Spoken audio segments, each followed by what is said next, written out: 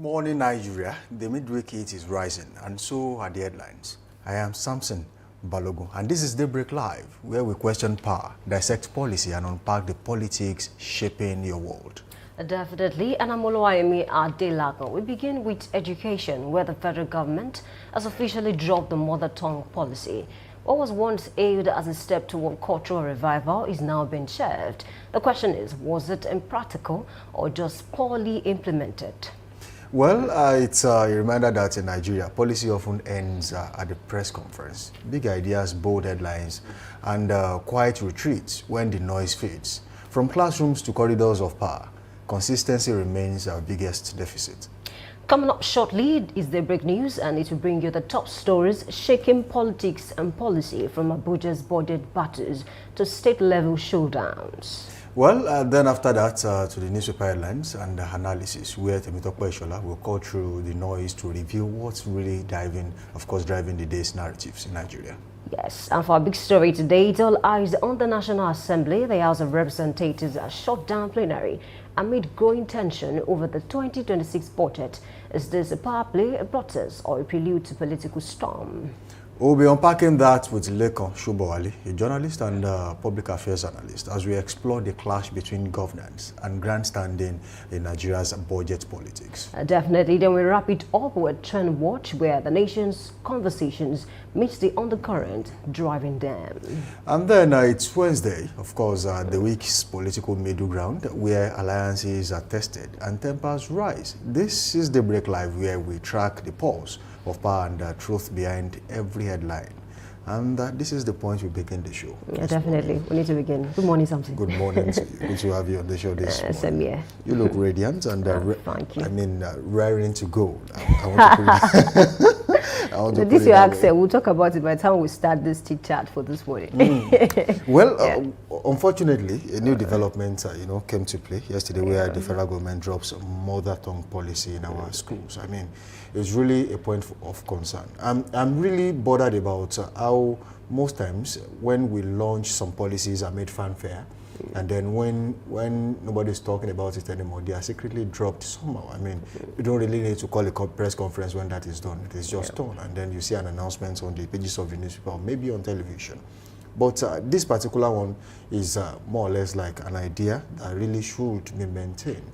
Now it's more or less like we are trying to sweep our culture under the carpet, which for me is not really good enough. We have seen even students who actually study Yoruba, who are being spoken to in Yoruba in schools, you still see how badly they speak Yoruba, how badly they speak Igbo language, how badly they speak Hausa language, even though in their schools they were being, communicated with these languages. How much more of when you say, oh, you don't really care about that anymore, just purely do this in English.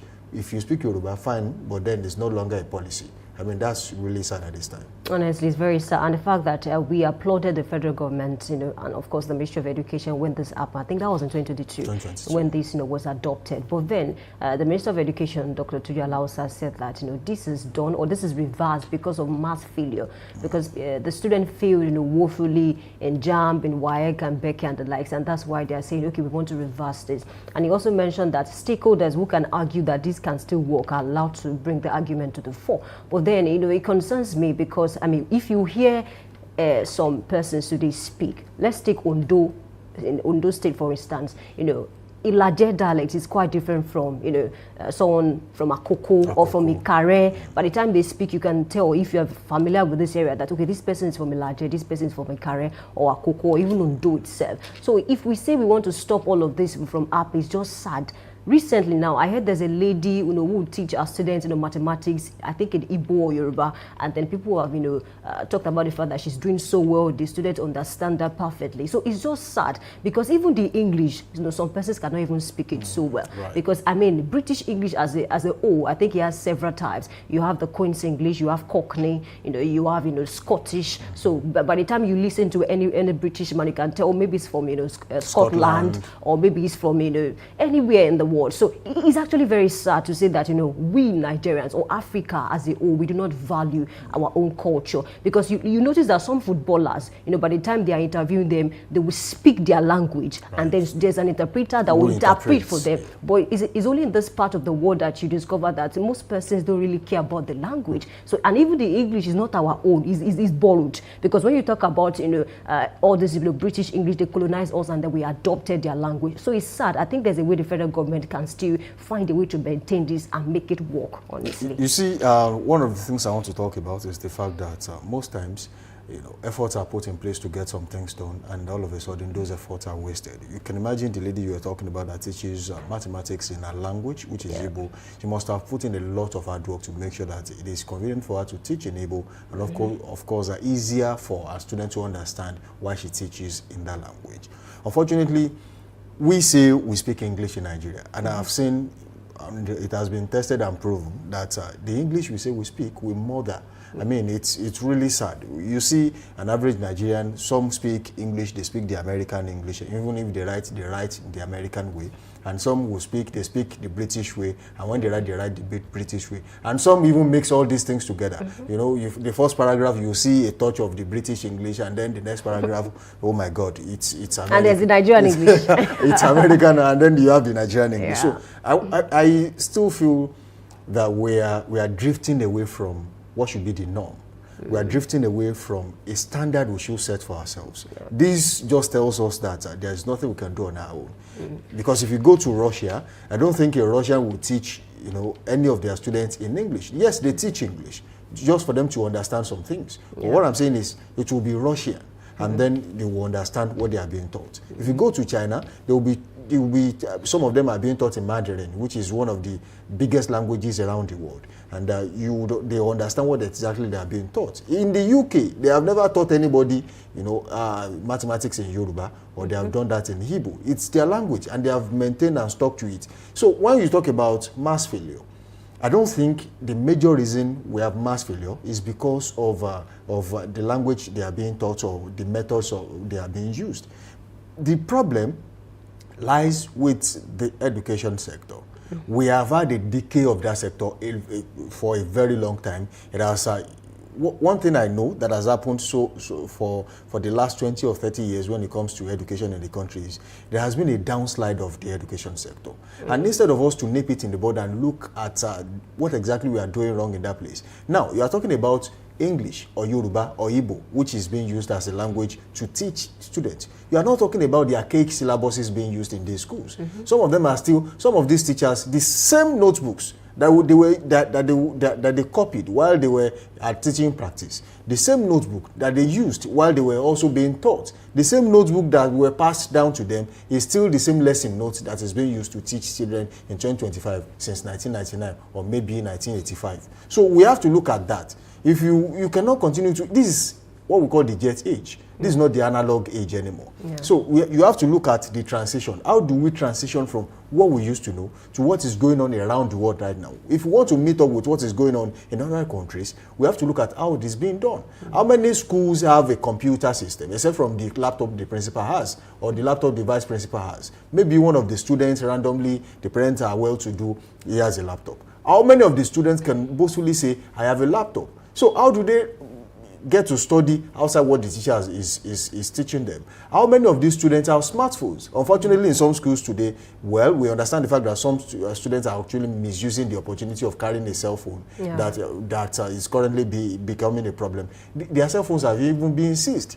How many of these students know that you can actually study with the AI? How many of them know that the use of Google is one of the things that makes education or learning a little bit simpler for you? You can actually go there, source for precedences, how some equations are solved, and then you apply that. I mean, it's sometimes there was a video I was seeing on social media the other day. It was about the multiplication table.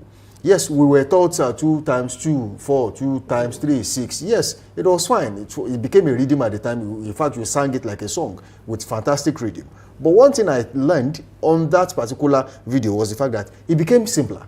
I mean, to calculate 2 times 2, 2 times 3, in fact, it was quite simple than I ever imagined. So I learned something on that day. How about we implement all these things in our learning institutions and make education and learning easier for the students, other than changing languages and then saying, oh, after you have actually changed whatever, you have made an announcement, you are now saying people should come and then bring the argument forward. So it means that when they win the argument, you are going to return back to what you said you are no longer using. I mean, you have cancelled. We should not take decisions before thinking about it, because that is what I see. Before you implement a policy, have you done an holistic thinking about what exactly it will cost, what it means for the Nigerian student or the people or whoever this is going to affect, before you now say, oh, we are making an announcement, this is a policy, and then you retract back. It has happened. In the last 10, 20 years, we have had serious policy somersaults, where you come out with a policy, and then when there is a backlash, or maybe you feel like you are no longer comfortable with it, then you withdraw. I mean, that should not happen. Yes, and I think you're very spot on. If care is not taken, in the next 50 to 100 years, some dialects might just go into extinction properly. Right. University of Ibadan, for instance, there's a department there that is called European Studies. You get to study, I think, the Russian language. You get to study, French, and of course a lot of other, European languages. And then people will graduate from that department with first class, and then we'll celebrate them. And I think recently we are talking about introducing the Chinese to our curriculum. But then history was recently returned back to the curriculum. A lot of persons cannot actually, give us the names of 5 presidents that have ruled this country.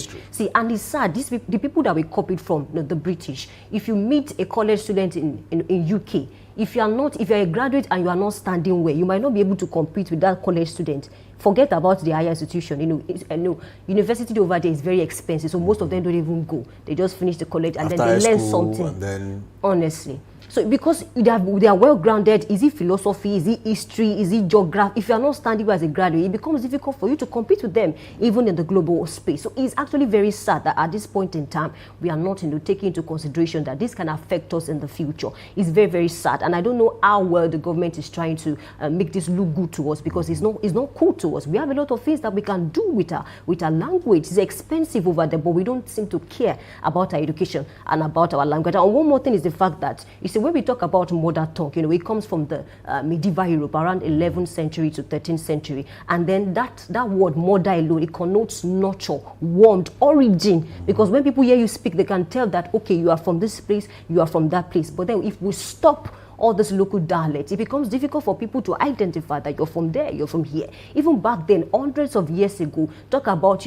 tribal marks, that's how they recognize some persons. So if we are failed, who is actually, taking tribal marks very seriously today? Even the people that have them, they are looking for ways to erase them off their faces. Honestly, because, I mean, the way the world will look at you today if you have tribal marks, I think is a very sad one. So if we are done with tribal marks, we are also done with, our dialect. What exactly are we holding on to as Nigerians? What exactly are we holding on to as the giant of Africa? Though that is debatable, because our giants now, a lot of persons will tell you. Not even sure anymore. We are not sure whether we are the giant of Africa, honestly. You see, to buttress your point, there was a time, I think a few years ago, during the regime of late Senator Isiaq Abiola Ajimobi as governor of Oyo State, and there were some construction engineers that came to construct a particular road that challenge axis down to Orita Challenge. So I just wanted to have a conversation with them. So I moved up to one of the engineers who was obviously from abroad, I think the UK at the time. And I was speaking with him. He asked me a few questions and I answered. I told him my qualifications. He said, oh, you have tried. I said, what about you? He said, I'm an high school graduate. And he's an engineer on the construction site in Nigeria. Unfortunately, that same situation cannot happen in Nigeria. So we trust them more than they trust us here. Why do we do that? It's because we trust their education system more than we trust our own education system, because we believe that it must have passed through some practical trainings, which we lack here.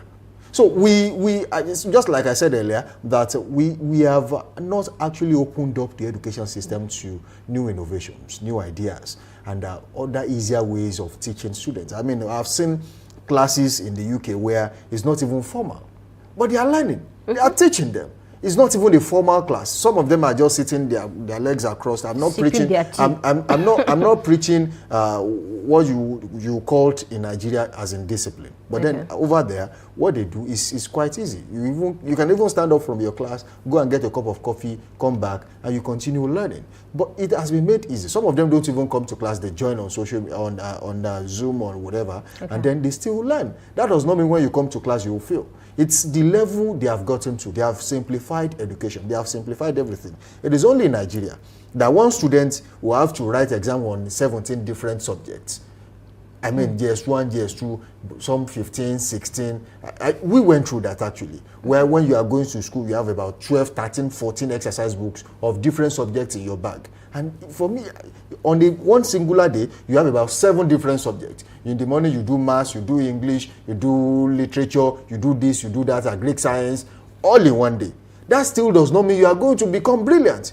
We have some students are just, it's easier for them to learn when you tell them something now and leave them to rest and ruminate about it. They get better at that. But then after you have done an English class, immediately, and a Yoruba teacher has entered, has also said whatever it is he wants to say, a maths teacher comes in immediately. There's no break. All they had to do is to keep writing notes. Keep writing notes. I mean, we have to look at how things are done in Nigeria. I'm not rubbishing what we went through.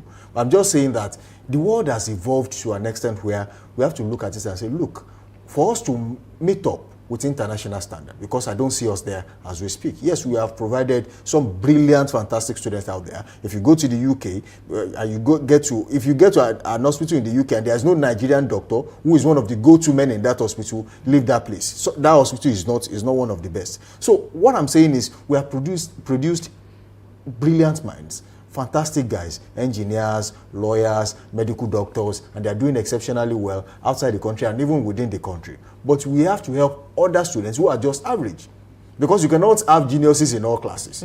We are going to have, most of the times, 99.9% of the times, you are going to have average students in your class. So how do you help them become sound minds? That is where you have to look at how they are being taught.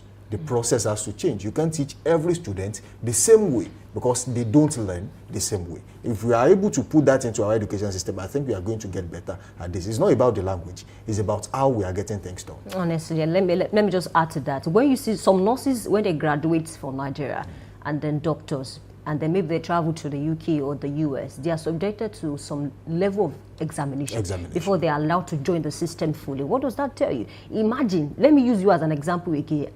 I don't know why I'm using that university, because I mean, when it comes to, I think there's an alignment or an alliance with University of Ibadan and UK. I mean, you should understand me now.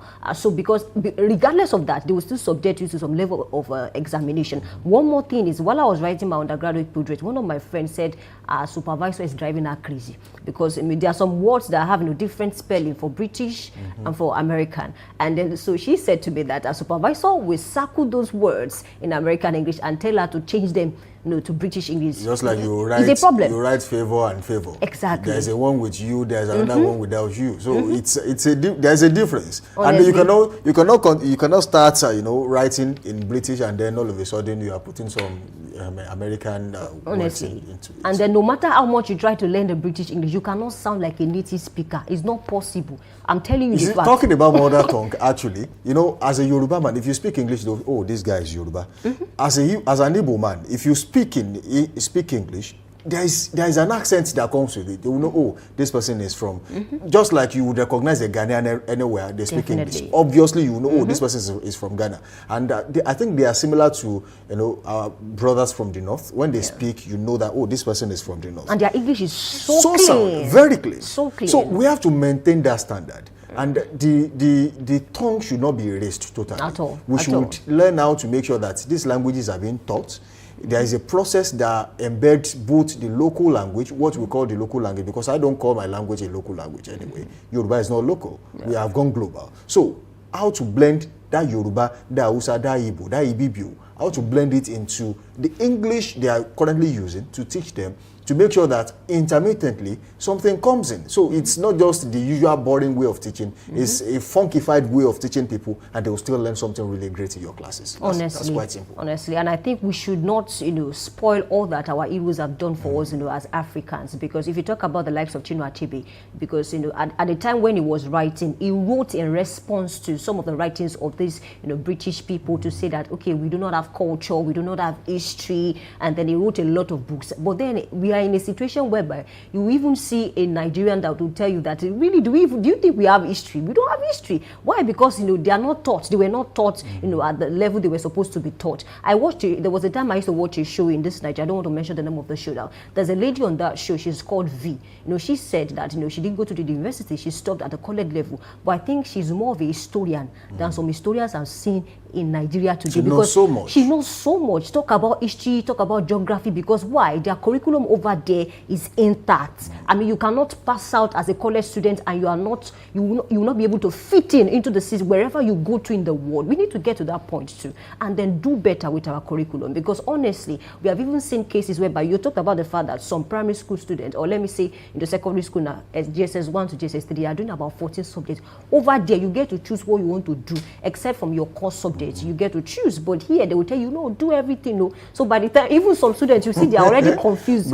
By the time you get to GSS 3, you will now decide, am I going to science or going to... They are confused because they don't know what to do, because they are doing so much, even at that level. I mean, let them do 10, 11 subjects. It's not bad. Don't bombard them with 14 subjects. At the end of the day, they will just, some of them, they read to survive. That's why cramming is the order of the day. They will just cram, I just want to pass this subject. Come and ask them 2 weeks after the exam if they can remember anything about that exam that they wrote. It's not possible for most of them, honestly. I mean, how do you, do sciences and still do literature, do governments, all of everything all together? And then by the time you get to GSS 3, you now begin to... I think some schools, they started, dividing all these things a few years ago. Yeah. And, there used to be introductory technology, there's this name for all the science subjects combined. And then at the point, some schools said, okay, from GSS1, there were biology, physics, and chemistry, and it became a lot easier at the time for some science students. So for some who already knew what they were going to do,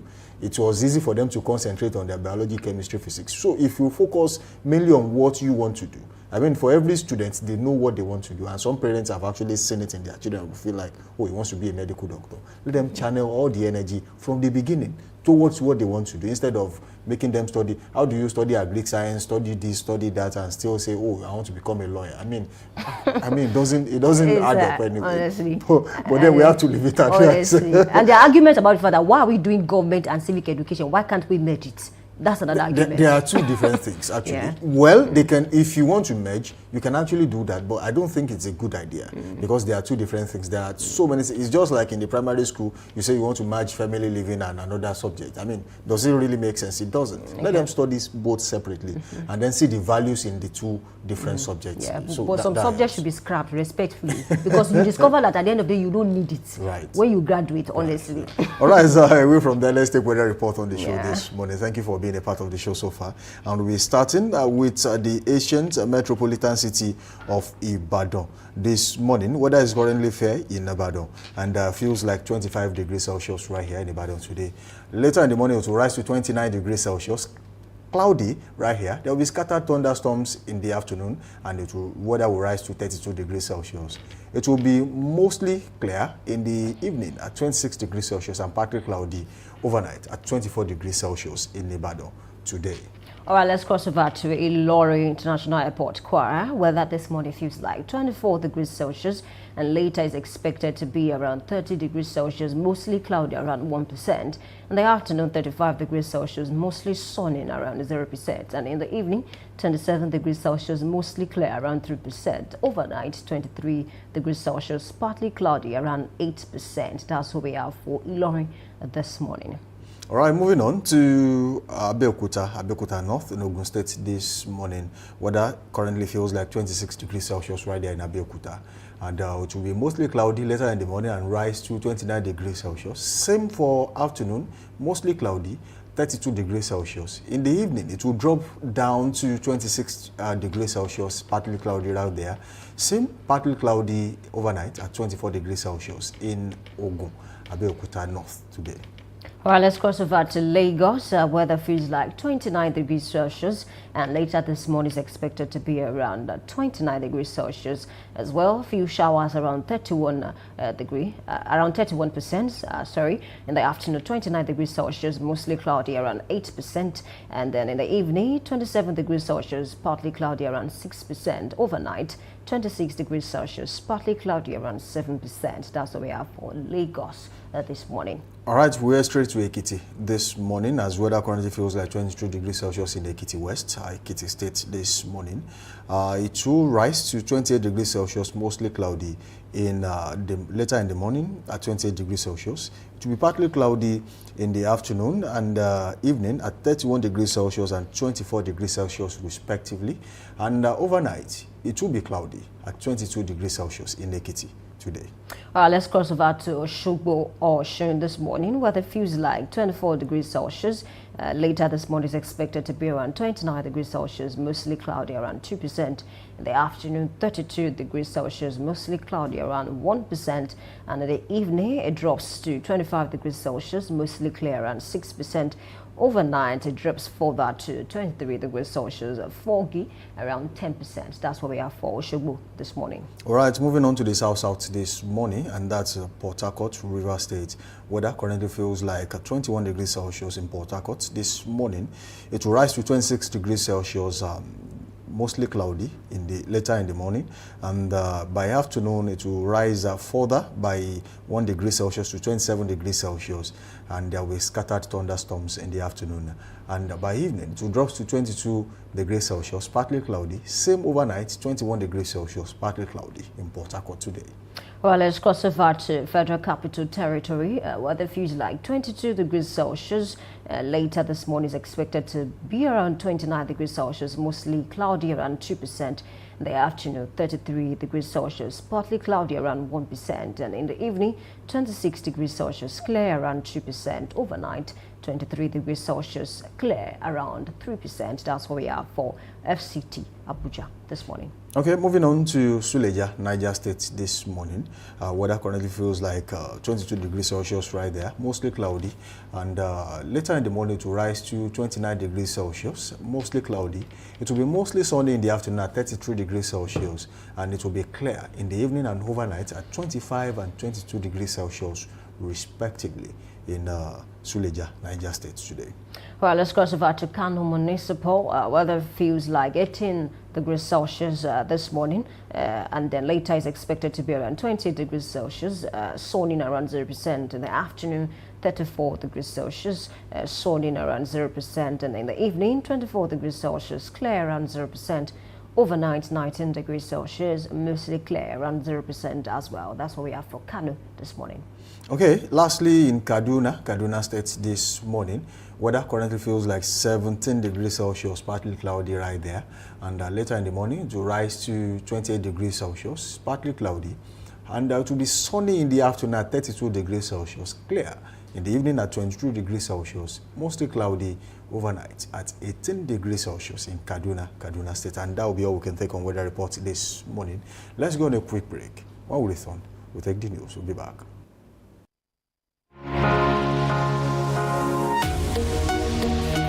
Live from the heart of the action. Welcome to the nerve center of Next Level Broadcasting.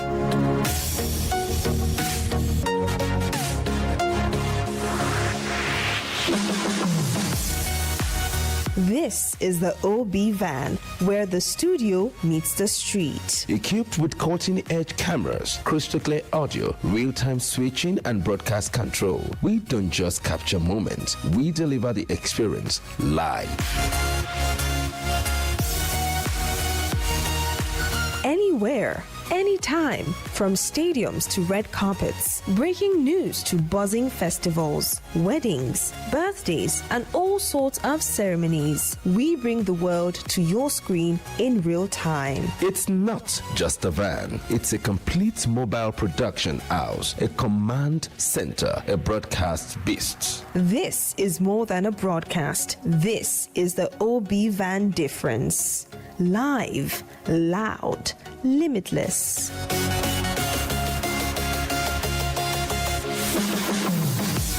Ready to go live? Like never before. Book the OB Van today and take your event to the world. One powerful broadcast at a time. To book, call 0705 506 1061 or 0916 101 1061. Email marketing@dominion.org.ng or visit our socials on Instagram @Dominion Broadcast. Dominion Broadcast, your channel of choice.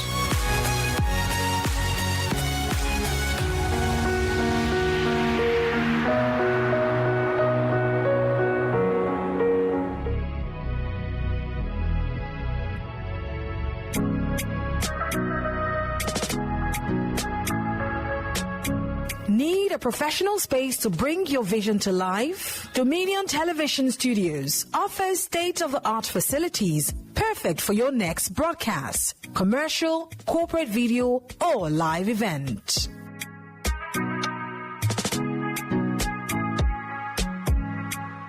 With flexible rental options, cutting-edge equipment, and a supportive team, we provide the perfect environment for high-quality productions. Unleash your creativity. For bookings, email us at marketing@dominion.org.ng. Call us on 0705 506 1061 or 0916 101 1061. Check us out on Instagram, Facebook, LinkedIn, and TikTok @Dominion Broadcast and on X @DominionCast. Book your space today. Dominion Television, your channel of choice.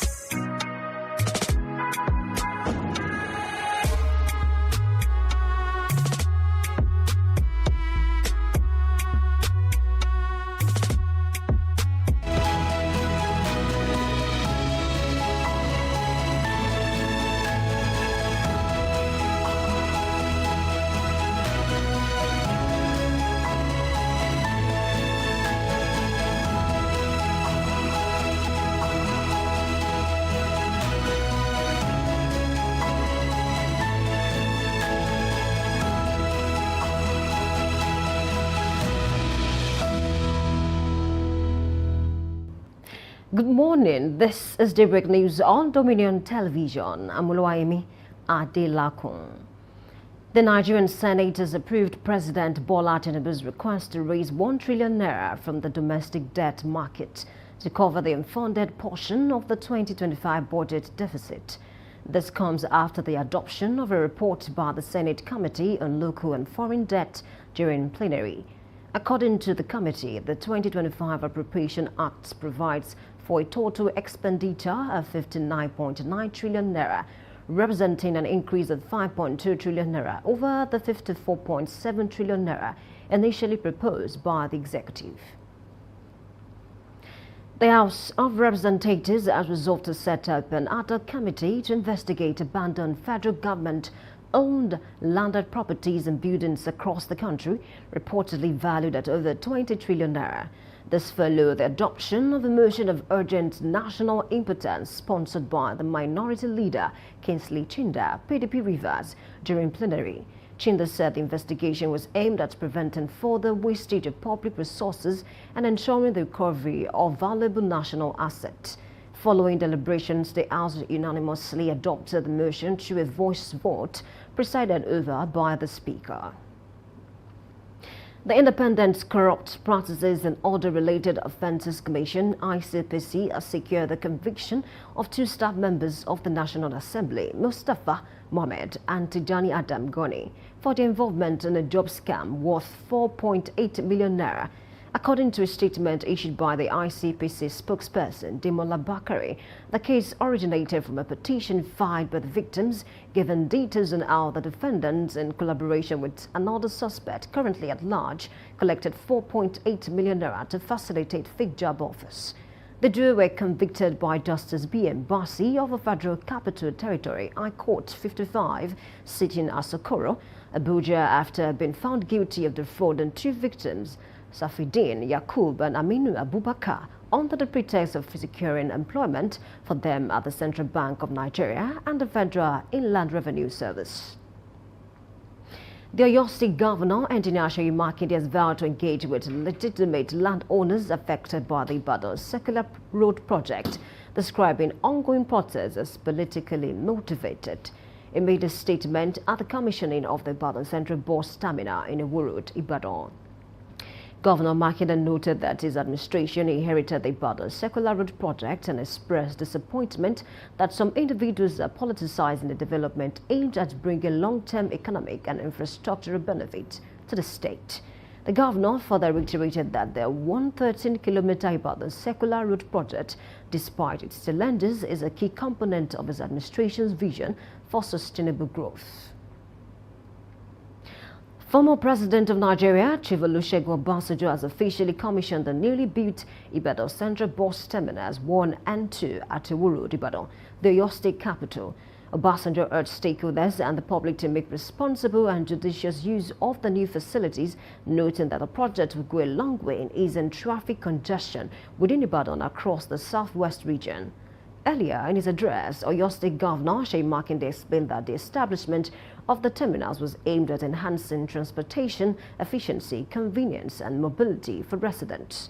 The Commissioner for Works and Transport, Architect Abdul Majid Mubajabola, in his remarks, highlighted that the new terminals would significantly reduce traffic congestion, promote environmental sustainability, enhance safety, stimulate economic growth and improve the overall aesthetics of the Ibadan metropolis. The Minister of Aviation and Aerospace Development, Festus Keyamo, has led the nation's delegation to meet with aviation chiefs worldwide at the International Civil Aviation Negotiation Event 2025 held in the Dominican Republic. The minister noted that Nigeria was at the event to engage in meaningful negotiations in favor of the country's aviation and to demonstrate its growing influence in global aviation diplomacy. This was contained in a statement by the Minister's Special Advisor on Media and Communications, Tunde Moshood. According to the statement, the annual ICANN meeting convened by the International Civil Aviation Organization is expected to provide Nigeria with the opportunity to negotiate more dry lease aircraft for Nigerian operators, among other benefits. And in sport for this morning, Super Eagles have returned to training in Morocco after boycotting Tuesday's session ahead of their 2026 World Cup qualifiers playoff against Gabon due to unpaid bonuses. Reports from the team's camp indicated that the dispute has been resolved following discussions between the players and the Nigeria Football Federation, NFF. The squad is now set to resume full preparations for Thursday's crucial encounter with the Panthers. You can visit our website on www.dominion.org.ng to watch us live and interact with us. You can also follow us across our social media platforms, Facebook, Instagram, TikTok, YouTube, and LinkedIn at Dominion Broadcast and X at Dominion Cast. That's Daybreak News. I'm Oluwayemi Adelakon saying thank you for watching and good morning.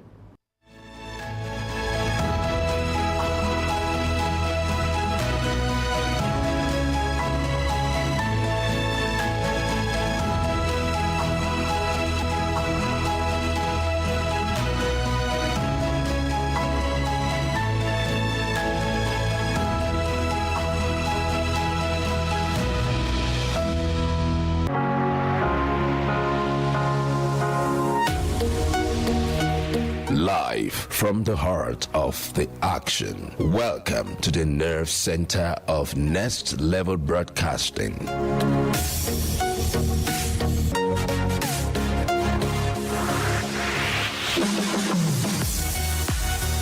This is the OB van, where the studio meets the street. Equipped with cutting-edge cameras, crystal clear audio, real-time switching, and broadcast control, we don't just capture moments, we deliver the experience live.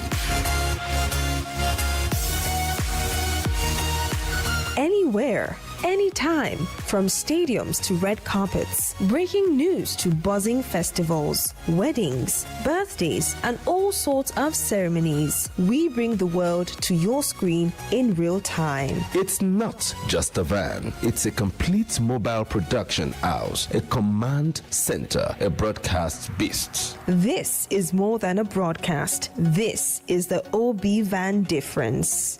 Live, loud, limitless.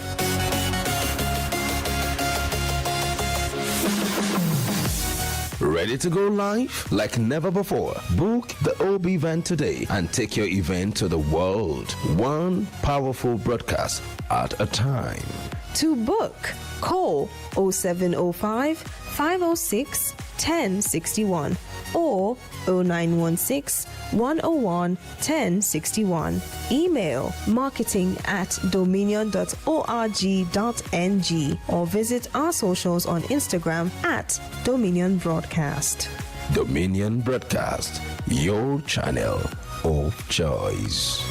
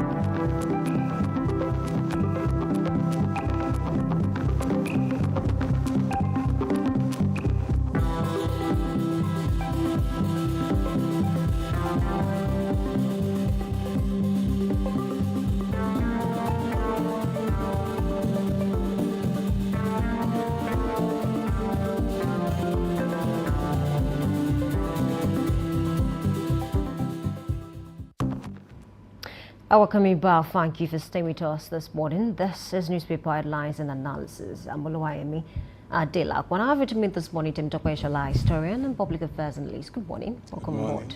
Yeah, good to have you. All right, let's start from this headline, which is from Nigerian Tribune, that says Makinde making Ibadan livable. Obasanjo says at inauguration of mega bus terminal. Governor says Circular Road will become Oyo State economic backbone. It was exciting to see the former president in Ibadan to actually talk about that new construction, and of course a lot of persons applauded the governor. But then let's talk about the Ibadan circular project now. The governor mentioned something very key. He said most of the protesters are sponsored. Do you agree with that? Because most of them, they were so bitter. I mean, a lot of them were even cursing, at the governor to say that, okay, you didn't promise us this. I mean, some persons have died on this matter because of the shock. Some persons, they are at home, maybe they are sick. What do you make of this? At this point in time, do you think, some of the protests, or maybe the protesters, and some of them were paid to actually, do all of these things because the roads were blocked? I read a story yesterday where someone tweeted in anger to say that, if at all the protesters are not happy with what the governor is doing, why can they not block Secretariat? Why did they decide to block some major roads? Because someone was sick and then was being transported, yesterday. They wanted to take him to the hospital, but then because of the blockage, his condition worsened. I mean, it's a sad one, really. Absolutely. There's a lot of political undertone with it. One would have to ask that, is this the first time the government is executing projects? Okay. And was that so special with this particular one that in some way incites people? I think I was privy to a conversation that's on on Monday, with certain political individuals, let me put it that way. And this was an issue that popped up. And you could tell that they were very excited about it because they found it as a way to point fingers at the governor that was doing something wrong. So what we see in this scenario is that it's very normal that when government wants to execute projects, especially in this regard, where lands are taken off people and a lot of other things, that there is that tendency that a lot of persons or some persons may be affected by it. Okay. So as much as the governor also is, should I say, advertising it on the end of the economic values to the state, we also must realize that these are the livelihoods of some persons. This is the property of stuff that some persons own entirely, and they don't have any other thing that they can lay their minds on, that, oh, this is our property or our father's inheritance and the like. So all of that comes into play. So I feel what is going on is that, so I think, let me do this way, let's so that we don't lose sight of the issues. Okay. Because two truths can exist side by side. So I don't want to say that it's not possible that they are aggrieved individuals. Okay. So I admit they are aggrieved individuals, that truly their lands, their properties have been demolished or have been affected. But at the same time, side by side, sorry, side by side, there is also the political element aspect of it, where some persons are taking advantage of the genuine frustrations of certain citizens to position it against the government. And let's not forget that we are just barely a year away to the next election. So whatever it is that the opposition can get done, can put in place to incite the public, get them angry against the ruling party, it adds for a lot of theater going into the coming elections. So, and already in the political parties, certain persons are already taking shape, they are taking positions, they are already scheming, they are already planning ahead. So this is going to be an issue for, especially the opposition. They want to make this an election issue. Okay, speaking about election now, the former governorship candidate of the APC, that's Bayo Adelabu, gave out money when this happened to those that were affected. And some Nigerians are saying this is him trying to water the ground. What do you make of that? He has started working long ago. Okay. So, and if we noticed, for some periods back, which I think that's like last month or so, there were even issues within the APC ranks, the youth media ranks, because of certain money that was made available from Adelabu to engage the media arm of the party and get them busy. And there was some internal wranglings, fights here and there about who gets what and what in terms of share of the money. So work has begun already. So I think in this, a year to an election is so short a time, and it might appear much, but it's still so short a time that it's just a matter of months and you find yourself close. I think as we speak now, we are barely 6 months away from primaries. So meaning between now and the next 6 months, if I had to go by the electoral bill, we have the electoral template. We have at least between 6 to 7 months. Within this timeline, the next candidates for both parties for governorship would be known. So, and 6 months afterwards, at least 6 months towards the election date, the campaigns begin fully. So there is no time to waste. So everything you see currently going on is basically schemings from certain segments of the populace. So it is not uncommon and it's not strange. So I expect that from the governor's end, I expect that he should be able to get these aggrieved guys on board. And why do I say so? He has a track record over time to be able to meet with the citizens that he leads. He's not one of those that runs away from. He said he's going to meet with them. So that's one thing I can assure Oyo State residents, those affected by it. The governor is definitely going to meet them. The governor is going to reach out. Okay, let's wait for that. Let's talk about the PDP now.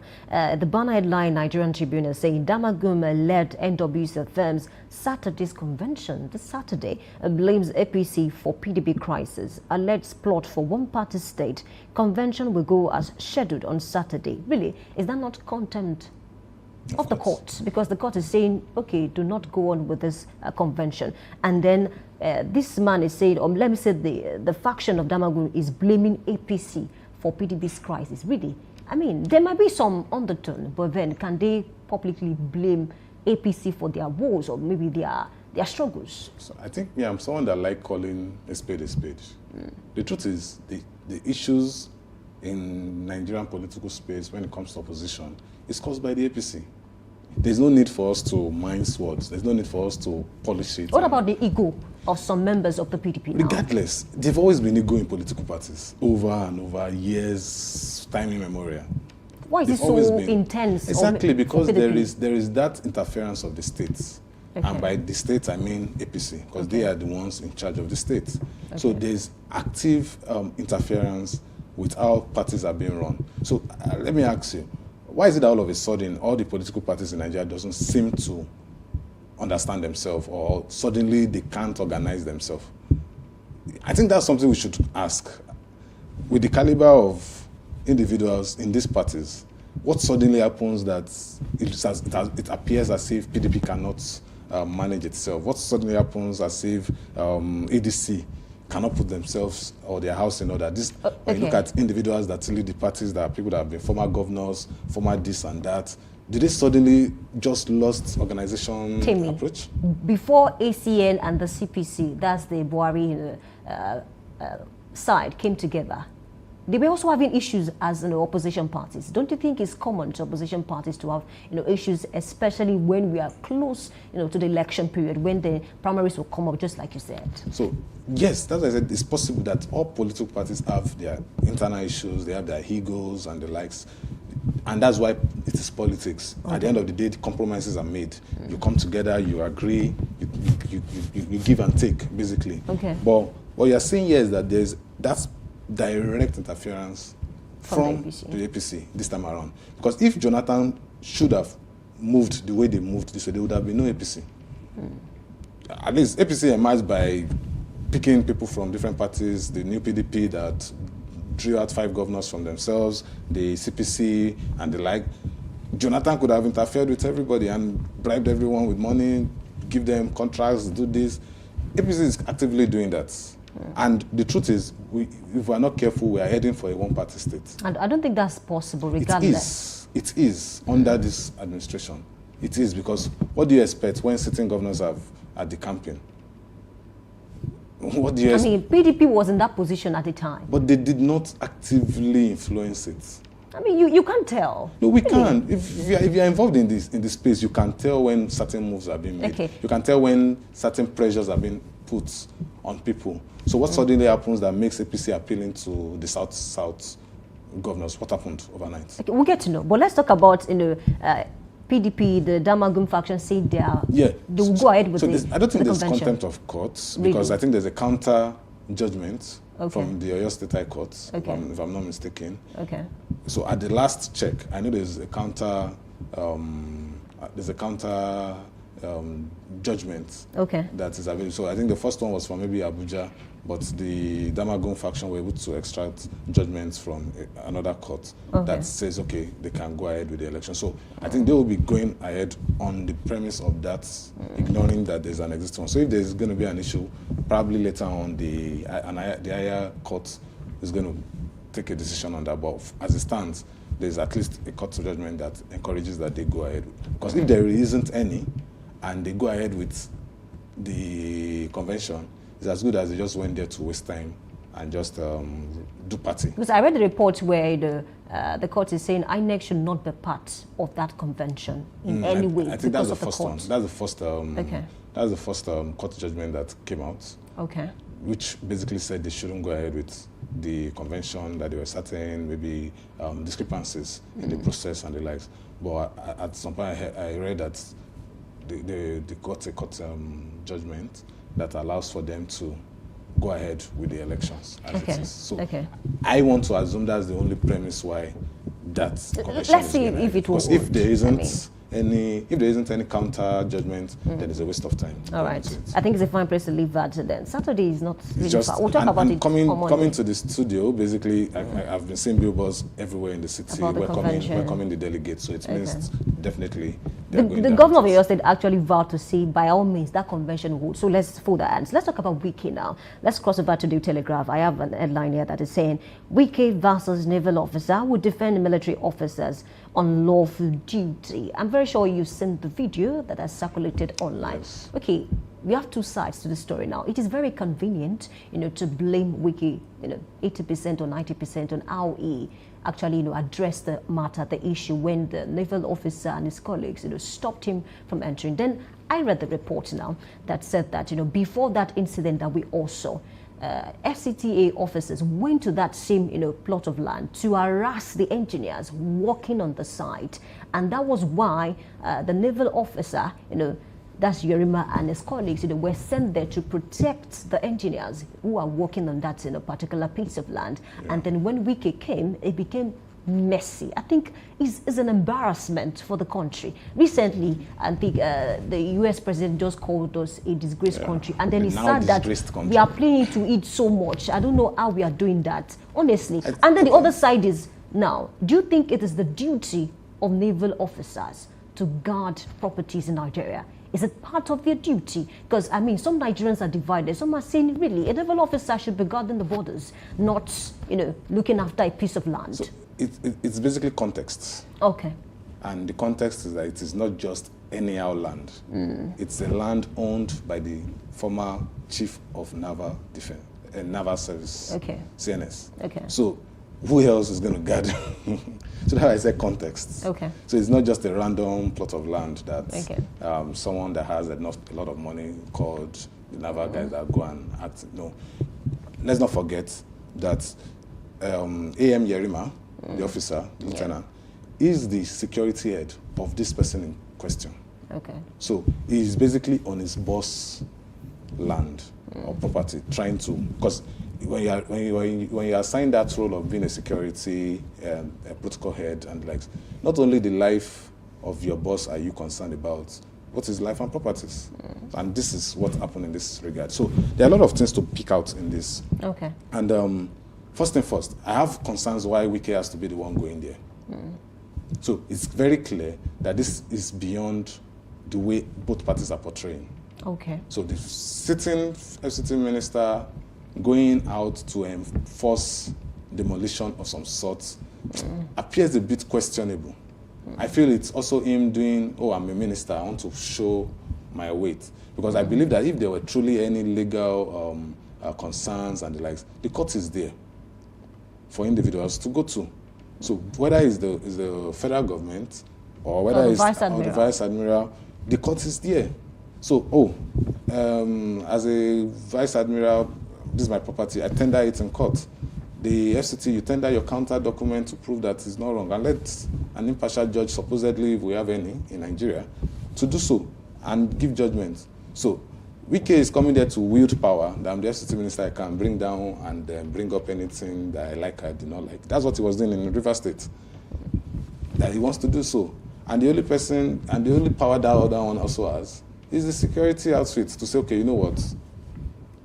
Protect. So while all of this back and forth is going on, it should be going on in the courts. And both parties should be patient. So we see a scenario whereby Wike was trying to demolish what is being built and stop them. He said that, if not because someone called him. Yeah, he said the officer is going to kill everyone that followed him there. Don't mind. And then nothing will happen on that land. So Mr. Wike, I think that's the best way to call him. Mr. Wike is just someone that likes the attention of the media. So why did he go there with pressmen and everything? So in his usual manner of always trying to draw so much attention to himself and try to lord himself over all, I think that's why a lot of Nigerians are celebrating that incident. That this is someone that we have come to know as a very vivid oppressor of people, generally. Okay, there's one more point. I think Larry Olayinka, that's the He's a joker.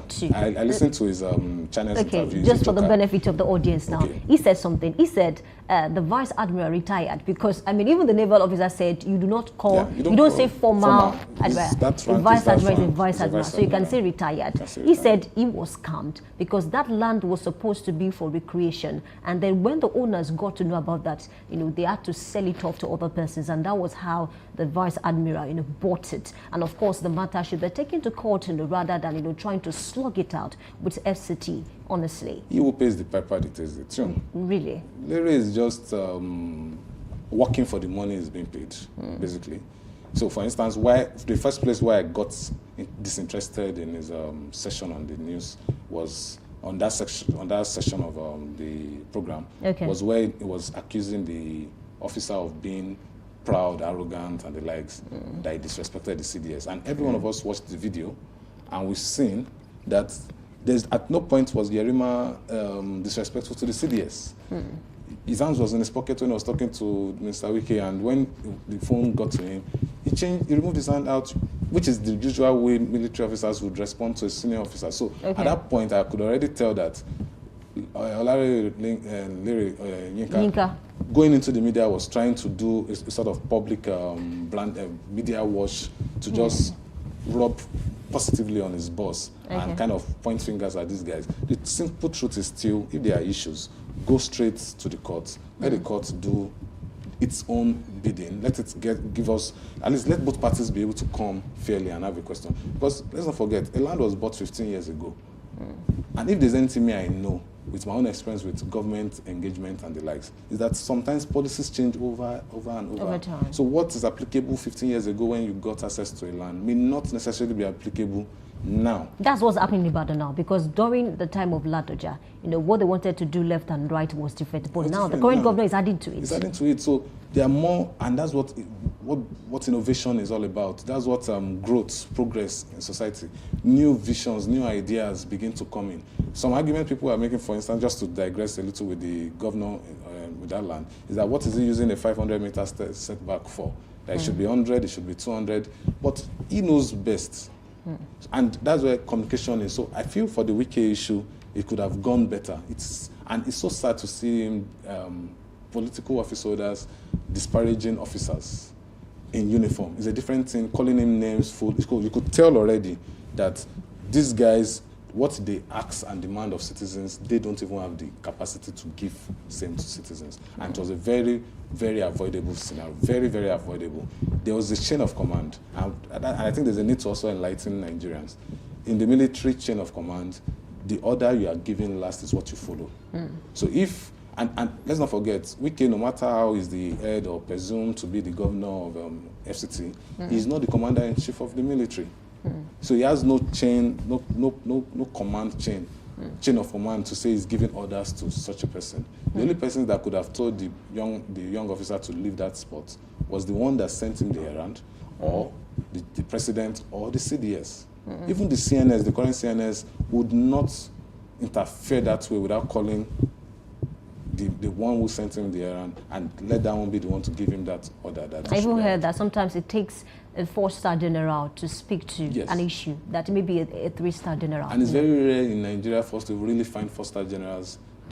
5 obviously no, but 4-star, you must be at the highest before you are given that rank. So largely many of them are around that 3, 4, mostly 3 more. You see more of 3 or more of 2, because that's like the first 2 spaces where you come in when you're in the general's rank. So I believe that it could have been better managed. And it's interesting to see what will happen moving on. I don't think anything would happen to the officer, because let's not forget, the defense minister said that. Even the former chief of army staff came out to defend him. That's Buratai. Came out. Even on the defense headquarters, DFQ social media platforms, you could see them put up graphics that indicates that they are uploading. Twitter is a mess, really, on this matter. Absolutely. Honestly, only if you do not have data, you'll be subject to proper, you laugh yourself out, honestly. And a lot of videos pop up, AI prompts of them fighting, joking. And do you know there's another video, I think, about, the current governor of Lagos State, that's Babajide Sanwo-Olu, that, he had a similar issue. Was it Ikeja or Somolu? There's a place he had a similar issue. It was a police officer that was there. And then the way he handled the matter was quite different from how, Wike handled the matter. And he realized that, this was beyond him in terms of chain of commands. He went, and he left. And that's where we need to also enlighten citizens continuously. Currently, with the way we are structured, the police structure, the armed forces are federal. So the state governor does not really have a control. The governor of Oyo State cannot command the commissioner of police to go and get anything done for him. If he gives him an assignment, most times he still has to run it through the IG.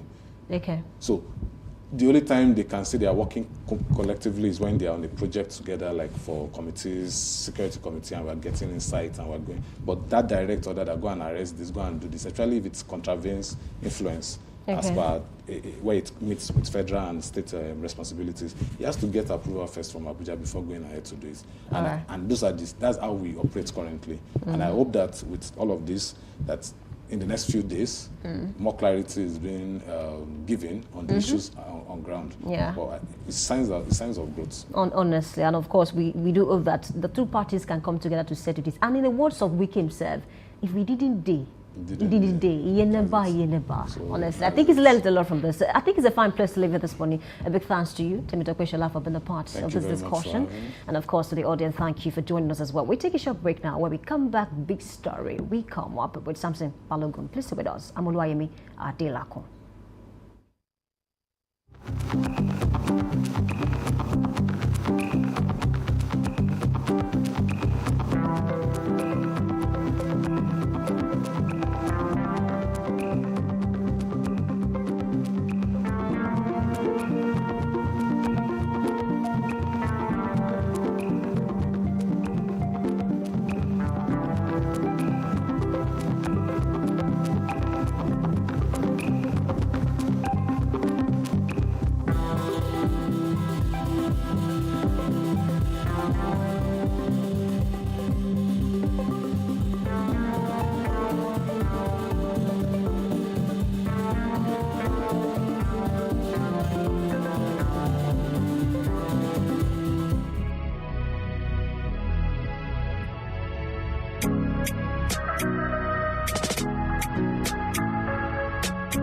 Need a professional space to bring your vision to life? Dominion Television Studios offers state-of-the-art facilities perfect for your next broadcast, commercial, corporate video, or live event.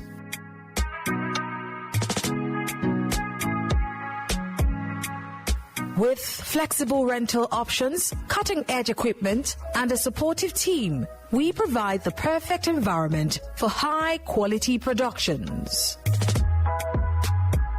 Unleash your creativity. For bookings, email us at marketing@dominion.org.ng. Call us on 0705 506 1061 or 0916 101 1061. Check us out on Instagram, Facebook, LinkedIn, and TikTok at Dominion Broadcast, and on X at Dominion Cast. Book your space today. Dominion Television, your channel of choice.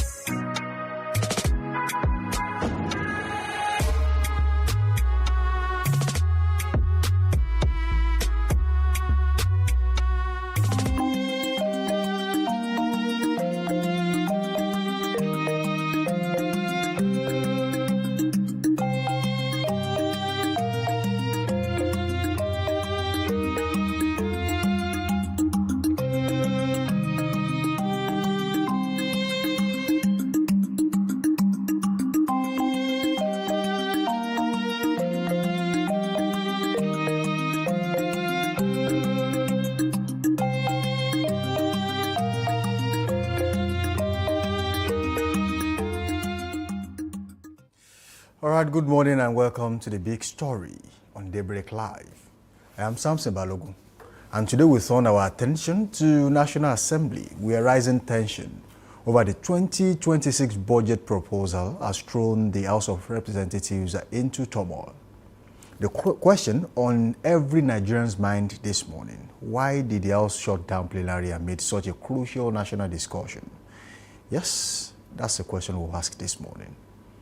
It was a stormy session yesterday on the floor of the House of Representatives as our lawmakers clashed over key provisions in proposed 2026 national budget, a document that's supposed to shape the nation's spending priorities for the coming year. Arguments reportedly broke out over what some members described as unrealistic revenue projections, that is one, and opaque expenditure lines, leading to an abrupt suspension of plenary. But beyond the political drama lies a deeper concern. How well has Nigeria actually managed its budgetary promises since 2023 when President Bola Ahmed Tinubu assumed office? In 2 years, The federal government has reportedly borrowed over 40 trillion naira, both domestically and externally, pushing Nigeria's total public debt beyond 97 trillion naira. As of mid-2025, according to figures from the Debt Management Office.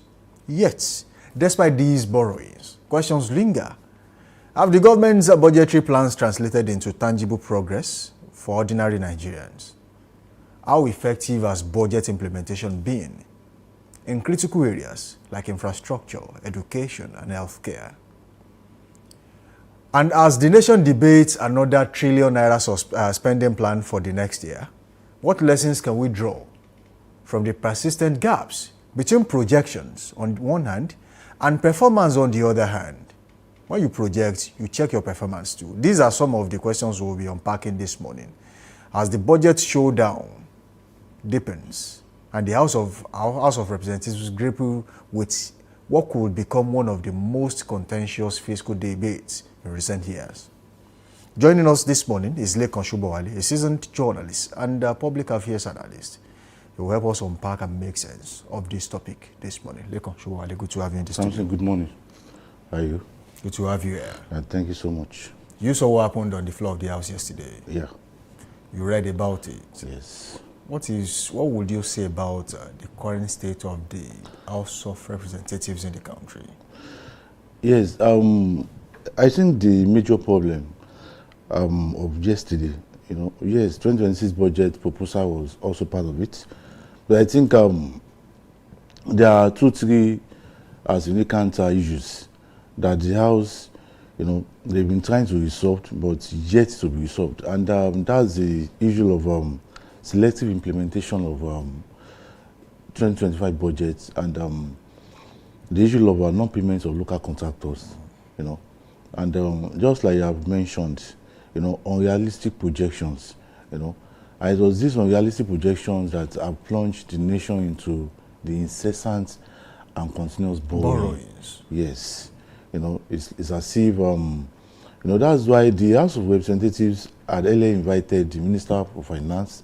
They invited Minister of Finance, Minister of Budget and National Planning, just to come and explain to the House of Reps the reason for the federal government has given us so many reasons for the continuous borrowing. But going back to the issue at the House of Assembly, the House has alleged that the federal government, has embarked on selective implementation of the budget, implementation of budgets. I know there is this man, Ismaila Dabo. He put something on the House of Reps WhatsApp group. We let, and he talked about the hardship some of the members that are not aligning with the majority of the members of National Assembly. There will always be behavioral rights that they are facing. So pathetic. The man spoke about how life has been so difficult for them, even in Abuja. How life has been so difficult even for their family. Some of them cannot even travel to their constituencies. All those stuff. So I think the main issue here, is not even the issue of presentation of 2026 budget or even the proposed budget of 2026, but even the issue is the issue of 2025. Non-performance of 2025 budgets. Even the House of Reps members, committees cannot even go on their oversight functions. So I think that is the issue that caused that of yesterday's abrupt end to yesterday's plenary. So what happened yesterday when the plenary was shut down? Would you say the members of the House of Representatives were justified, or it was just another political grandstanding? Yes, they were justified. In October, I think 1st or 2nd in October, the same thing happens at the Senate. When I remember Senator Sigake Dixon from Bayelsa State and some others, when they took up the Senate Committee Chairman on Finance and Appropriation, Senator Olamilekon Yayi, when they were asking about the performance of that was the time President Bola Ahmed Tinubu sent another request to the Senate that the federal government want to go on another borrowing spree. So, they were asking that what is happening, to the 2025 non-performance of the national budget. And what happens, I think they are justified, the major responsibility of the National Assembly, either the Senate or the House of Reps, is oversight function. Aside from the fact that they make laws, they also have to supervise, monitor, and ensure that the national budget is well implemented. But how will you explain a situation whereby the budget is being selectively implemented? It doesn't make sense. And this issue of local contractors, you are owing them over 760 billion naira. The federal government, I think last month, said they have released 3.1 trillion naira. And one of the major problems of this budgeting is that we've never had it so bad, in the last few years, since the commencement of this republic. In terms of budget and performance. You understand? It was so terrible that even for ministries, agencies, and parastatals to get the funds, to execute some of their plans, some of their projects, is becoming a very serious problem. This has been on in the last 2-3 months. So I think what the House of Reps did was in the right direction. Just like I have said about a member of the House of Reps, Ismaila Dabo, that pasted this on the WhatsApp group. Even the House of Reps members themselves, they have not even been able to access the funds, even for their welfare, and for, just to take care of themselves. So what the House of Reps did yesterday, I think it was in the right direction. Okay, how serious is this disruption to the 2026 budget timeline? Yes, it is good that anything that needs to be sorted out should be sorted out now, even before the presentation of 2026 budget. It is not about the timeline. It is not about presenting budgets. The one that we are currently using now, we have this issue in 2024. Yes, we have this issue in 2024. In 2025, they are talking about non-performance of 2024 budget. Now, in 2024, they are talking about the supplementary budget presented by President Bola Ahmed Tinubu later in 2023. Now, they discussed that in 2024. Earlier in the year, in 2025, they are still talking about non-performance of 2024 budget. And now, we are in November now. We have just a month to the end of the year. And we are still talking about non-performance of 2025 budget. It is very wrong. I think, it is not about talent. It is about doing it the right way. Yes, they are talking about fall in the price of oil, from $75 to $10 to $15. That it has been a kind of dwindling revenue, and it has not been stable. So, the funny aspect of it is that the federal government will come out and tell us that they have even made their in August they inform us. No, I think October. They inform us that the federal government has made its financial projections since August, as in terms of our IGR. So what is now happening that you are not even bringing this money out? What is now happening that you are not being able to finance and execute some of the project that has already been highlighted in the 2025 budget? So I think it is very important for the National Assembly, both the Senate and the House of Reps, to get their house together. And in the next few weeks now, President Bola Ahmed Tinubu will be going back to the National Assembly to present the 2026 budget. Is it to just present the budget, or to ensure that the budget, the budget provisions were actualized? I think the most important thing is that execution and implementation of budget without being selective, I think that should be the priority of our National Assembly. When we talk about fiscal assumptions, some of the members of the House of Representatives have called this particular budget what they call unrealistic projections, that it's not even realistic. Yes. And then if you look at President Bola Ahmed Tinubu, he has made so many assertions, and there's so much interest in taxation, which actually brought about the new tax reform bill, 5%. Which now becomes an act. And if you look at everything together, do you think they can meet up with the projections, judging by his antecedents as governor of Lagos State and what he has done so far in terms of revenue generation for the country in Nigeria? One thing that I've observed in this government is that, one is somehow confused. Just like I said the other time, that the federal government came out sometimes ago, a few weeks ago, through the executive chairman of Federal Revenue Services, Adelabadeji, and said the federal government has been able to, they have realized their financial projection for the year 2025. They've been calling so many figures out, for us. And when we now wonder that where lies is the issue,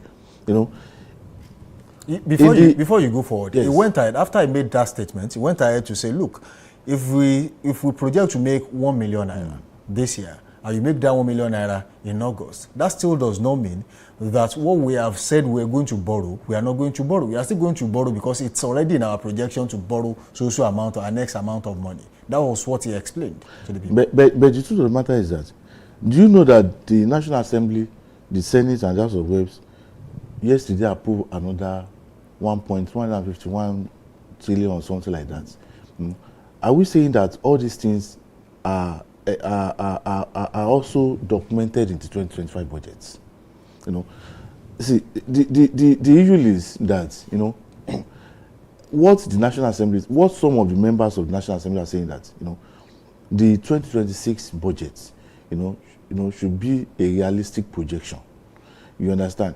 If you know that 75 oil per barrel in the international market is $75, okay, why can't we just bring it down to $20?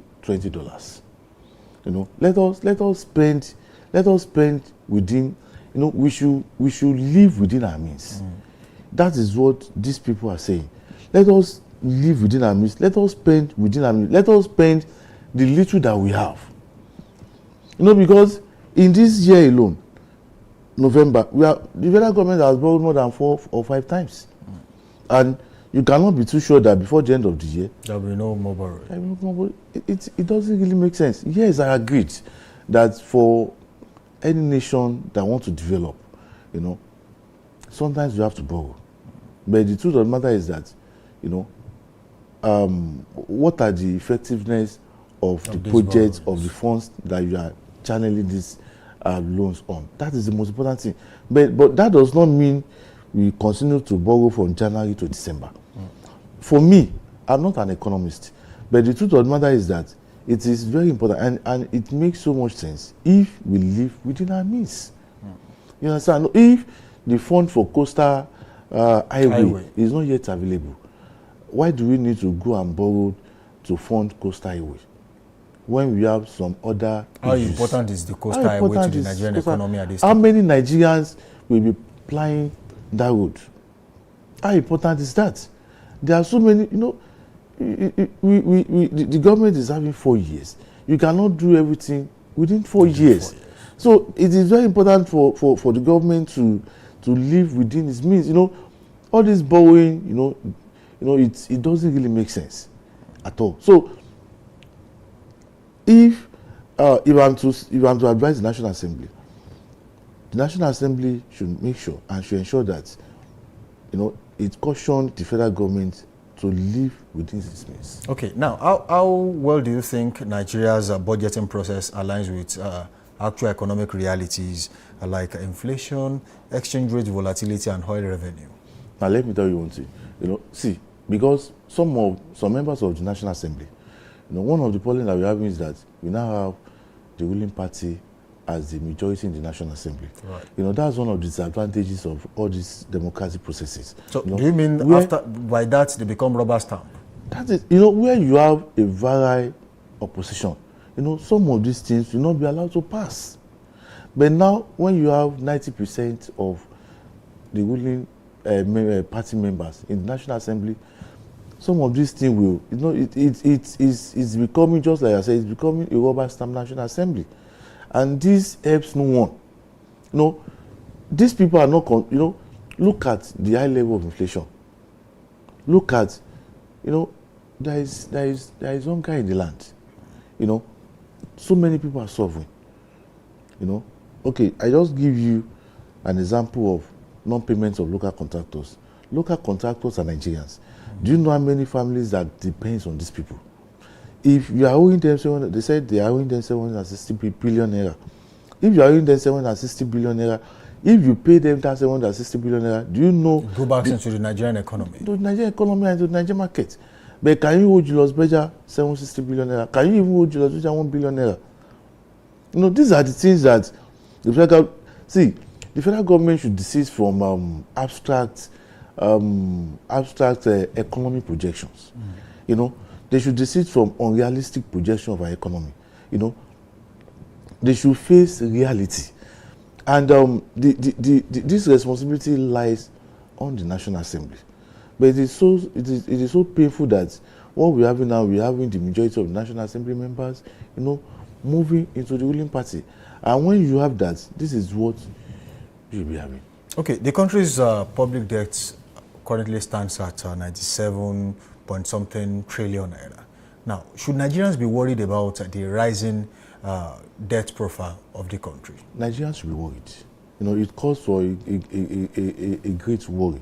You know, it calls for a great concern, because you know you cannot be owing this much, and you will be expecting miracle in our economy.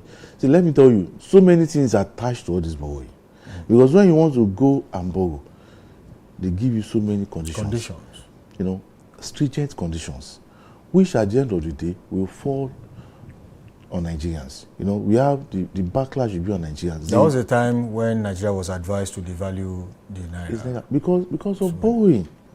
So you know, borrowing, it got, you know, that's what I'm saying. The federal government, President Bola Ahmed Tinubu, cannot borrow without the approval of the National Assembly. You understand? You know, see, they just approved one yesterday. Next week, a president will bring another. They will still approve.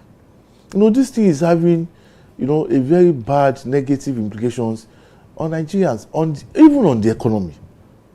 You understand? So, you know, it lies if the presidency doesn't understand the implication of what they are doing.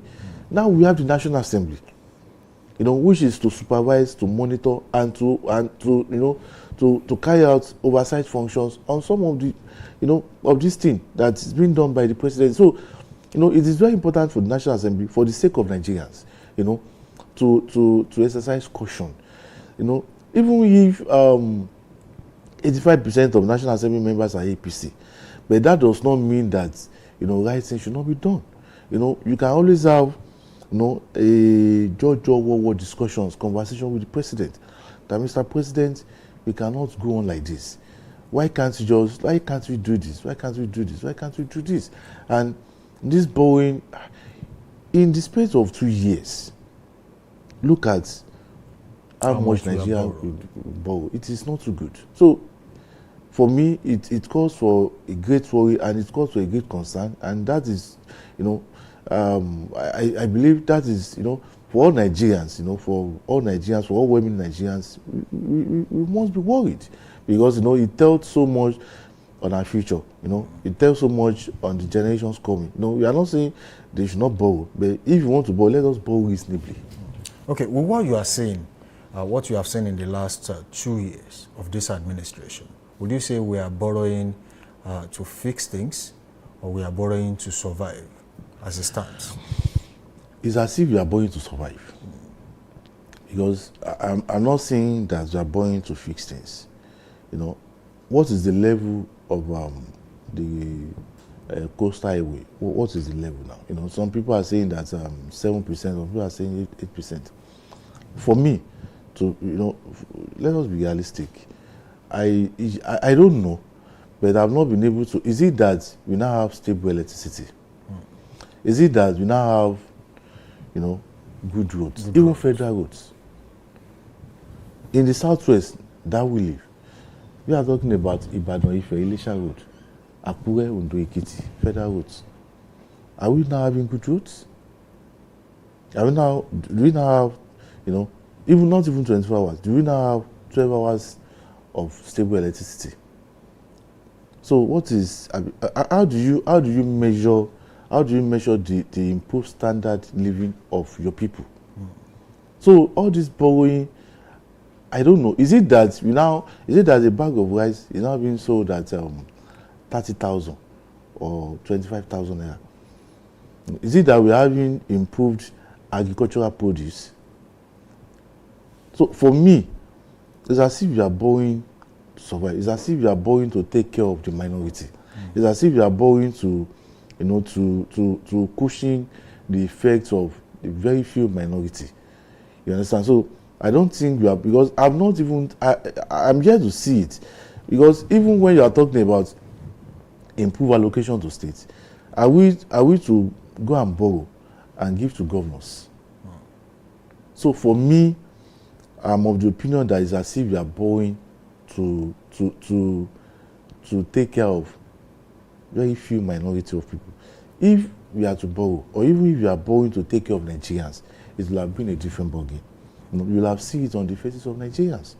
But it's as if you are borrowing to take care of very few. Like I said, you can hear the the cry of a serving national lawmaker. If you are not one of them, you will be sidelined. If you are not one of, the man was saying that it's only the principal officers and maybe very few committee chairmen of the House of Representatives that are enjoying all these largesse by the federal government. Is that the way it should be? So I think, I don't know. There is a need for us to, sit again and look at all these things. And we cannot just, because all this borrowing, even the one they approved yesterday, I've been expecting the analysis, the essence of all this borrowing since yesterday. I've not been able to see one. The federal government will just come to the National Assembly. They will tell us they want to borrow, just to complement the budgetary plans of, and at the end of the day, nothing is coming forth. So it's as if we are just borrowing for few people to eat, and not to improve the lives of Nigerians. Okay. Would you say at this time that the current showdown between the legislative and the executive arm of government and what happened on the floor of the House yesterday, is it a show of what is to come, or maybe the deeper rift between these two arms of government? So let me tell you, there is nothing so special that will happen. Even the National Assembly members, that what happened, the reactions of the members, by the time they take care of the majority now, then everybody will go back to his room and everywhere will be silent. You understand? So for me, to be honest, I don't, because I know that the federal government will invite some of them and we talk to them, and of course money will exchange hands, and that may be the end of the whole story. But the most important thing is that, see, the National Assembly remains, federal government, the executive will do what they want to do. But at least the National Assembly can be a reasonable regulators. You understand?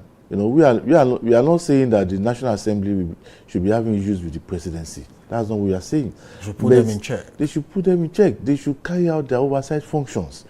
Most of this, in the last 6 months, look at Ibadan, Oyo, Ogumosho, Ilorin Road. It's still yet to be fixed.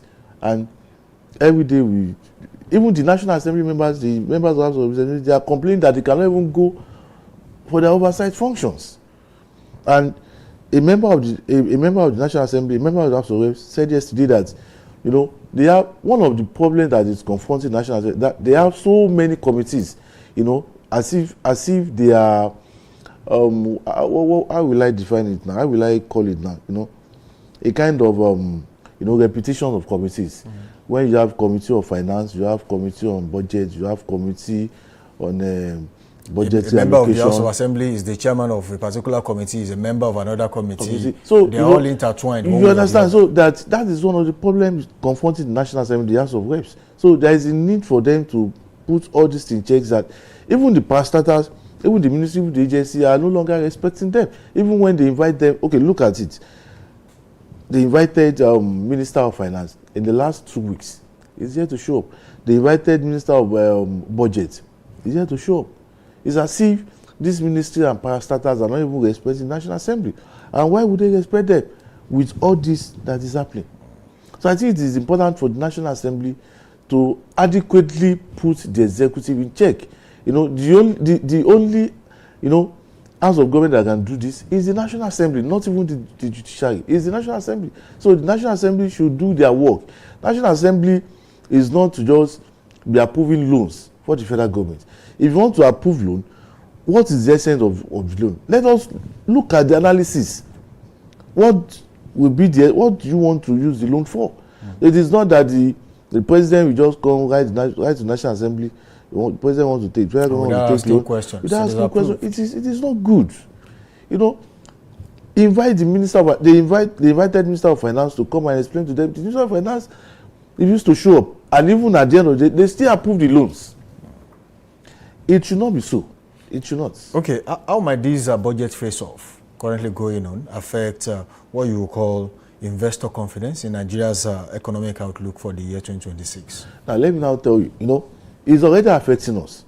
Because, see, look at the debt, the 760 billion naira that the federal government is still owing the local contractors. The implication is that if you cannot pay your local contractors, now how do you want to take care of some of the investors that will be coming? As a matter of fact, most of these local contractors, they are also investors in their own rights. So, you know, when you cannot manage, number one, it's as if the federal government is not managing well its economy. And when you are not managing well your economy, do you think investors will have that confidence of coming to invest in your country? It will be so difficult.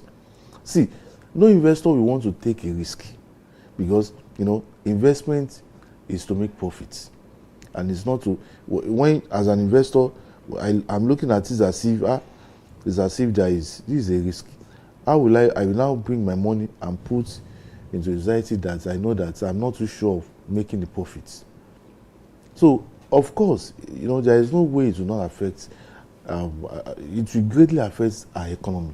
And, you know, it reduces the confidence and the faith that the investors will be having in the Nigerian economy.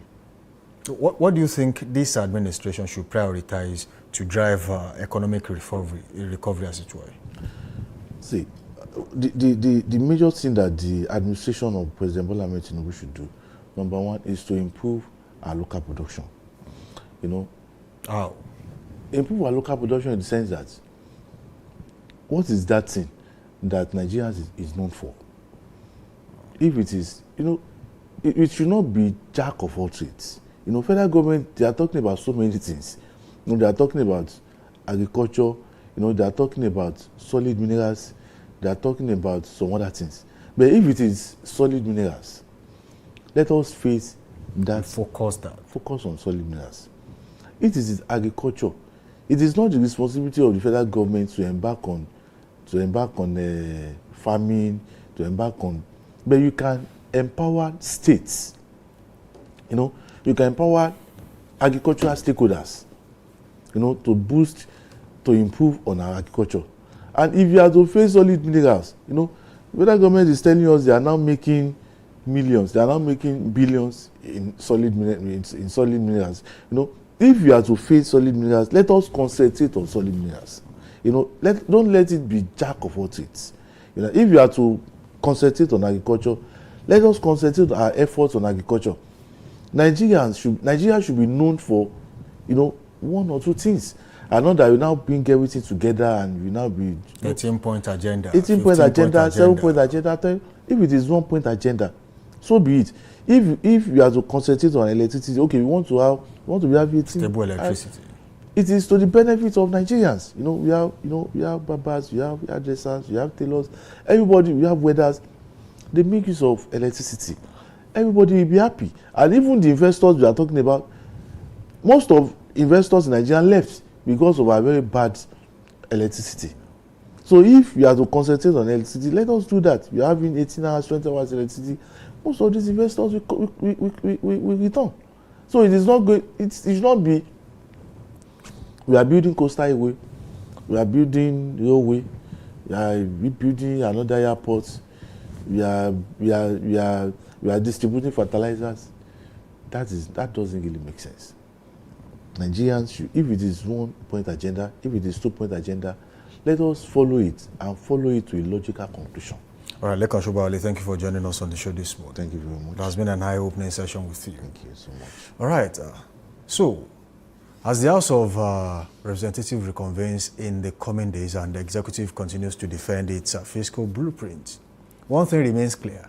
Nigerians are watching closely because beyond the figures, beyond the politics, the real issue is whether this budget will work for the people it's meant to serve. I am Samson Balogun, and up next is Trend Watch. Stay with us. You are watching Daybreak Live on This Is the Big Story. Bye for now.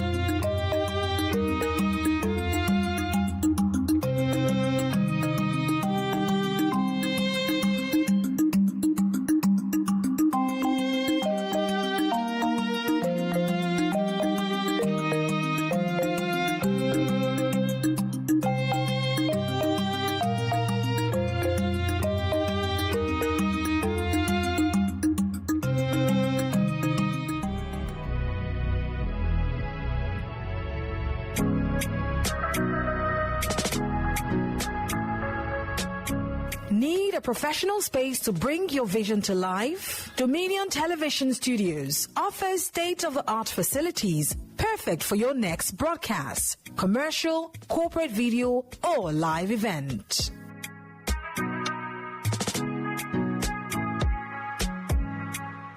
With flexible rental options, cutting-edge equipment, and a supportive team, we provide the perfect environment for high-quality productions.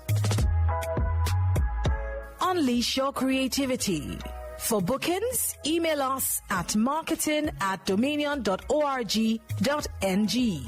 Call us on 0705 506 1061 or 0916 101 1061. Check us out on Instagram, Facebook, LinkedIn, and TikTok at Dominion Broadcast and on X at Dominion Cast. Book your space today. Dominion Television, your channel of choice.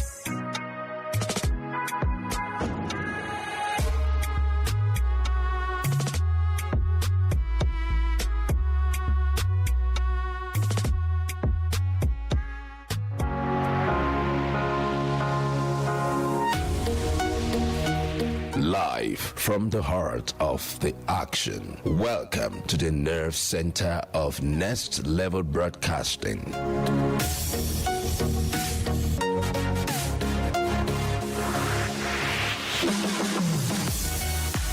This is the OB van, where the studio meets the street. Equipped with cutting-edge cameras, crystal clear audio, real-time switching, and broadcast control, we don't just capture moments, we deliver the experience live. Anywhere, anytime, from stadiums to red carpets, breaking news to buzzing festivals, weddings, birthdays, and all sorts of ceremonies. We bring the world to your screen in real time. It's not just a van, it's a complete mobile production house, a command center, a broadcast beast. This is more than a broadcast. This is the OB van difference. Live, loud, limitless.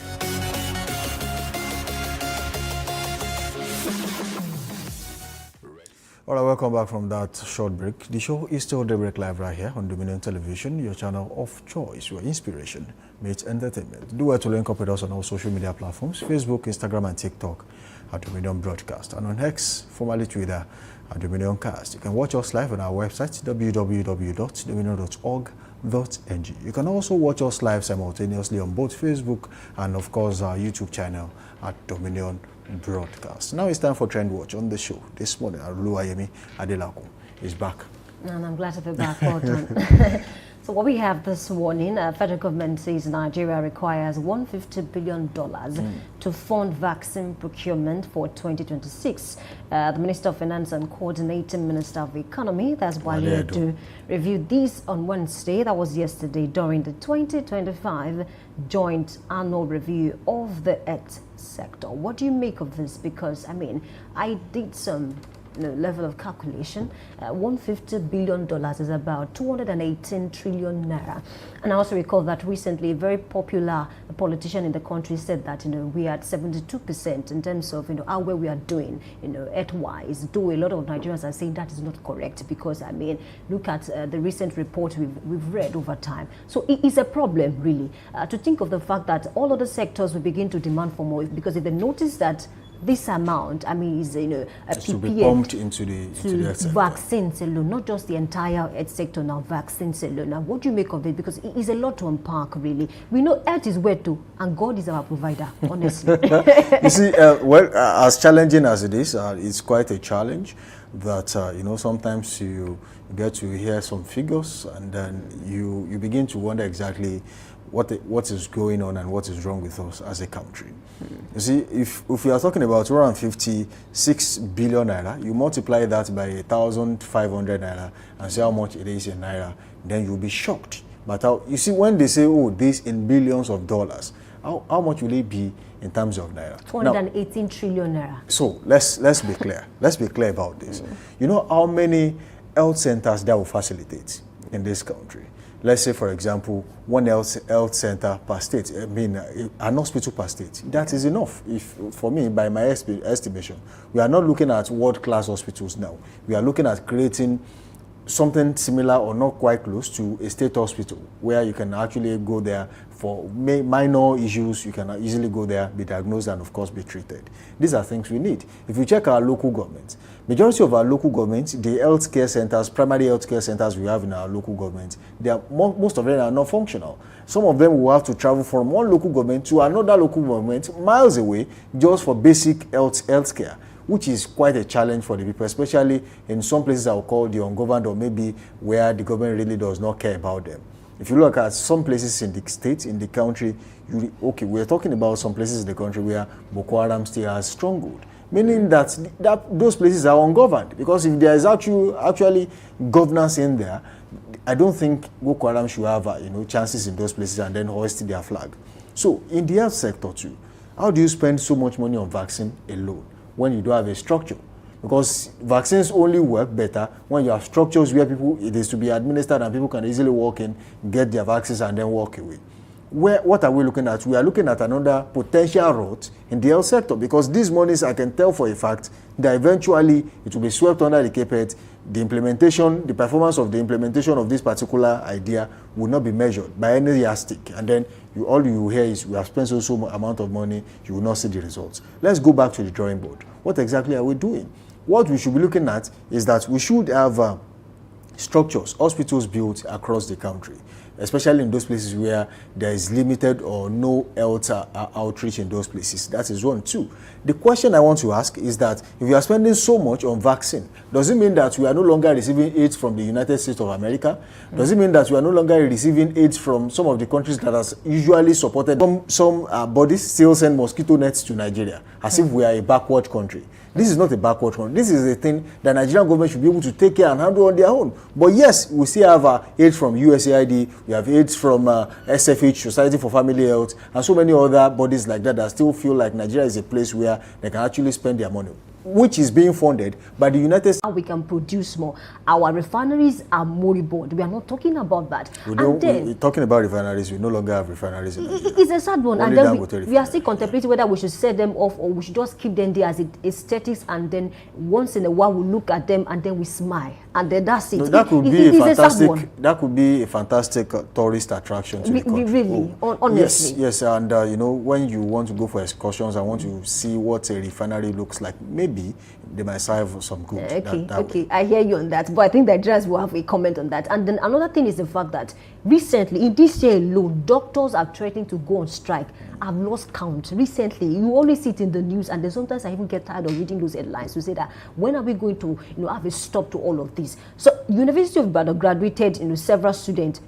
They've started this week now. They are doctors, they are nurses. I bet with you, a lot of them, they will travel out of the country from the convocation scene. Their bags are already at the airport. They're leaving. Why? Right. Because the environment is not conducive, and we are thinking about spending this amount on vaccines. Vaccines are good. It will help safeguard the lives of the people. But then, can we be proactive? See, sometimes I wonder, we are so rich. Nigeria is so rich because developed countries, Nigeria is a third world country. We are referred to as a developing country. But then some developed country, the way they call money, they don't just call money anyhow. But then for Nigeria, that is a developing country, the way we call money, we are so buoyant, we are so rich.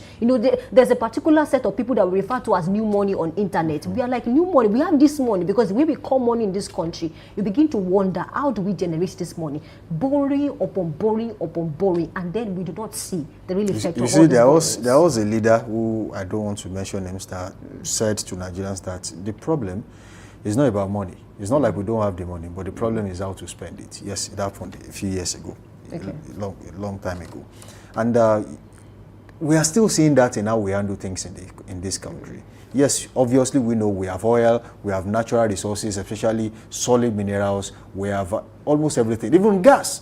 So the only problem we now have is the fact that we don't know what to do with these things. And oftentimes when a particular amount of money is earmarked for a particular project, half of it goes into the pocket of some people, and even more than half in some cases. And then you get a contract, and on paper, this amount of money that is meant to be used to execute this particular project. And all of a sudden, from one table to the other, the money keeps reducing until it gets to you. And then the contractor cannot execute the project with the amount of money he gets. So you have abandoned projects all over the places. There's no continuity in the sector. Once a president comes in, abandons a particular project that was being done by the last administration, a governor resumes office, abandons project that was being done by the last administration, starts his own fresh one. He leaves, another governor comes, abandons his own project too. We have had to waste money a lot of times. I was reading a particular headline lately just before we go. I think that was yesterday night, about a particular member of the House of Representatives saying, look, we have too many abandoned buildings of the federal government, even landed properties across the country that amounts to about 23 trillion naira unused. They are just there, lying fallow in all the places. That we should come together and harness these properties and see how best we can put them to use. That is the level of wastage we have in this country, the level of wastage we have in governance. If we can put all these properties and assets to good use, I think it will serve the people. Don't forget that we still have structures like the Ajokuta still rolling. Not completed, it's still there, and so many other buildings like that. I begin to wonder, why are we like this in this country? Can we just follow through on a particular project and just execute and get it done? If we can see impulse still at this age in 2025, when we have a project in Kogi State at Jakuta still there, I think we have a problem as a country. And it's a big problem, really. And of course, we need to look at funding of this, public hospitals in Nigeria. I tell you for a fact, there are some hospitals in this country that are, owned by the federal government. It is cheaper to actually give birth in some private hospitals than to give birth in those public Honestly, hospitals. it's something we have to unpack on a good day. We'll bring it to the table and then discuss it, but we simply have to go. Our time is fast spent. Up next is the agenda, and of course, Chike Ogogu is available for that. Samson Balogu is my name. Yes, sir, you know what it means. As a Nigerian, you have to play your part, and it is until you do that that we can move forward as a country. Until tomorrow, same time, same station on Daybreak.